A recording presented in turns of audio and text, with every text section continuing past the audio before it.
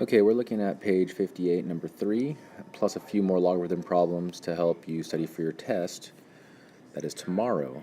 So for A, the first thing I'm looking at is we have log base 4 of x equals negative 1.5. The first thing I'm going to do is put this into exponential form. So the exponential form would be 4 to the negative 1.5 power equals x. Once I have that, I take care of the negative power. So what I would have is, because it is a negative 1.5 power, I can use a reciprocal of that, 1 over 4 to the positive 1.5 power equals x. Now typically when we're dealing with exponents, it's a lot nicer to have the exponents in fractional form versus having them in decimal form. So I'm going to change the 1.5 power here to a 3/2 power. So I will have 1 over 4 to the 3/2 power equals x. Now we can simplify that 4 to the 3/2 power in a couple different ways. We could either take 4, square root it first, and then put it up to the 3rd power, or we could do 4 cubed first and then square root that. Both ways we get the same answer. I'll do the first way because the square root of 4 is pretty easy. So square root of 4 is 2. So you get 1 over 2 cubed equals x. So x equals 1 over 8. In the other way, we would take 4 cubed, which is 64. The square root of 64 is also 8. B. Same thing. I'm going to take our logarithm here and put it into exponential form. So that would be x to the 16th power equals 8. That one's not as easy to simplify. You could either, two options, and I'll write both of them down. You could either take the 16th root of each side, so you end up with x equals the 16th root of 8, or you could raise both sides up to the 1/16th power, so you get x equals 8 to the 1/16th power. And I will accept either of those answers on the test.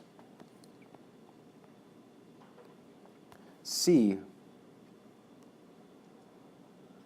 Again, it helps to write this. Oops.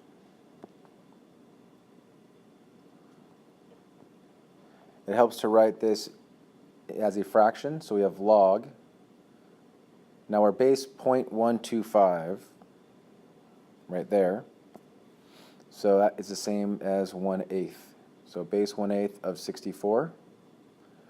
I'm going to use the change of base property, so that would be log 64 divided by log of 1/8. Now since we can't use a calculator, this isn't convenient because we still don't know 10 to what power is 64. It's not a nice number. But I could use whatever base I want. So since I have 64 and 1/8, I'm going to use a base of 8 because both of those are powers of 8. And then we have 8 to the 2nd power is 64. 8 to the negative 1 power is 1/8. So your final answer is negative 2. And the last one, it says B again, but we have 10 up to the log base 10 of 4.8. Because there are no bases here, that means we're in base 10. And since these bases are the same, 10 and this base 10,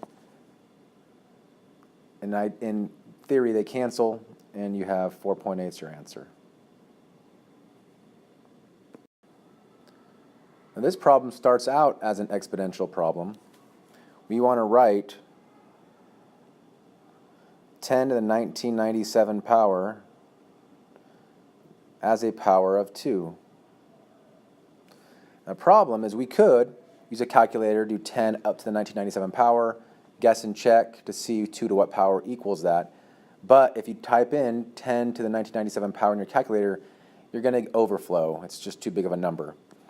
So whenever we want to get rid of a power, an exponent, that is a variable, we log both sides. So log 10 up to the 1997 equals log 2 to the x. The reason we do that is because now we can bring the exponents out in front.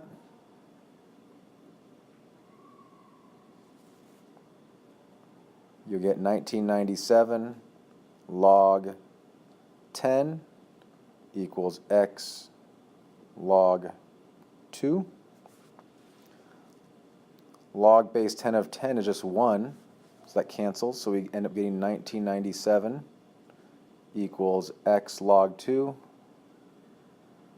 Divide both sides by log 2.